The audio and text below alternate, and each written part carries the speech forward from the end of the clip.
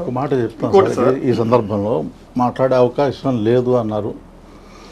మరి ముఖ్యమంత్రి గారికి ఈ విధానం కరెక్ట్ కాదని చాలాసార్లు చెప్పాను అన్నారు. ఈ రెండిట్లో వైరుధ్యం ఉంది. అంటే ముఖ్యమంత్రి గారు చెప్తూ అంటే 1-to-1 ఉన్నప్పుడు చెప్పాము. 10 మందిలో చెప్పటం వారికి ఇష్టం ఉండదేమో అని అనుకుంటూ ఉంటారు, నాకు తెలియదు. అది 1-to-1 చెప్పాము. ఫర్ ఎగ్జాంపుల్ ధాన్యం సేకరణ గురించి చెప్పాను నేను చాలాసార్లు. ధాన్యం సేకరణ పట్ల మనం ఆలోచన మంచిదే. ఎంఎస్పి ఏదైతే ఉందో రైతుకి అందాలి. మిడిల్ మెన్ లేకపోతే రైస్ మిల్లర్స్ వాళ్ళ పాత్ర తగ్గించాలనేది అది మంచి ఆలోచన కాదంటలే, ముఖ్యమంత్రి ఆలోచన మంచిదే. కానీ దాన్ని అమలు చేసే తీరు కానివ్వండి, లేకపోతే అమలు చేస్తున్న పర్యవేక్షణ కానీ పూర్తిగా లోపించేస్తుంది.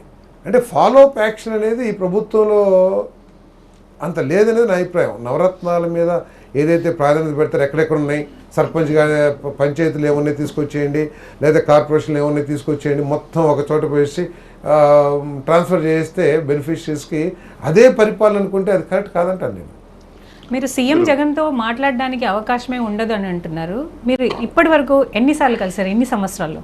ఇన్ని సంవత్సరాల్లో నేను ఒక 5-6 సార్లు కలిసి ఉంటాను. ఇంకా ఎక్కడన్నా ఫంక్షన్స్లో కలిసినప్పుడు ఆ లైన్లో నించుని నమస్కారం పెట్టుకున్నాను. రాజధాని 3 రాజధానులు ఒక స్టాండ్ ఉంది వైఎస్ఆర్ కాంగ్రెస్కి. ఇప్పుడు మీరు దాన్ని అప్పుడు సమర్థించారా? తర్వాత ఇప్పుడు జై అమరావతి అంటారా? ఒక పార్టీలో ఉన్నప్పుడు పార్టీ విధానాలని పూర్తిగా వ్యతిరేకించలేం. పార్టీ విధానాల మీద మన అభిప్రాయాలను తెలియజేయచ్చు.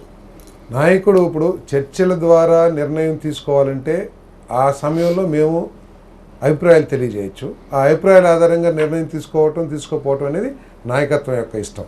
కానీ మీరు చూసుంటారు, అసెంబ్లీలో ఇట్స్ ఫైనల్ అని చెప్పారు.